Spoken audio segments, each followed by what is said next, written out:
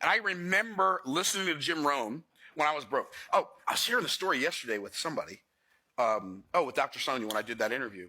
I remember that when I first got started in entrepreneurship, I used to rebuild cars, like engines, transmissions, body work, and I'd buy a car for $100 and I'd fix it up and sell it for $700, or I'd buy a car for $500 and fix it up and sell it for $1,300, and I might have to put a transmission, or I might have to put an engine, I might have to put a fender on it, I might have to do some body work, I might have to put a paint job on it, and I did all of that in my garage at my house, and so I'm pretty mechanically inclined. And then what I'd do after I got the car fixed, actually sometimes even before I got it fixed, because we had to go shake the money tree, I'd advertise the car in the classified ads of the newspaper. Y'all remember newspapers, don't y'all?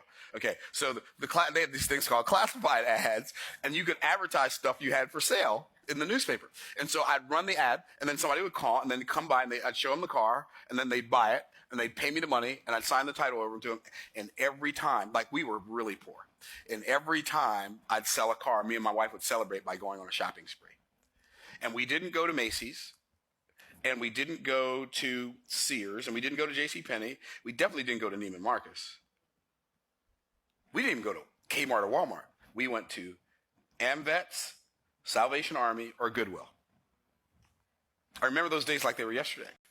Little did I know that cassette tape that I bought at Goodwill would be one of the components that changed my life that day.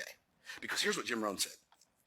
Jim Rohn said, I was talking to my mentor, Mr. Earl Schoaf, and he asked me the question. He says, how are you doing, Mr. Rohn? He said, well, I'm not doing that good. He said, well, how is it that you're, a healthy American man and you're 26 years old and you're still not doing that well financially?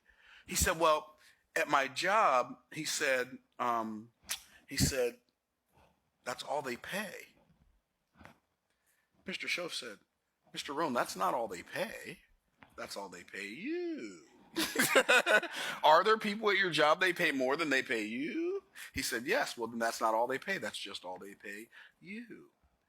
And he said, Mr. Rohn, if you will change, everything will change for you.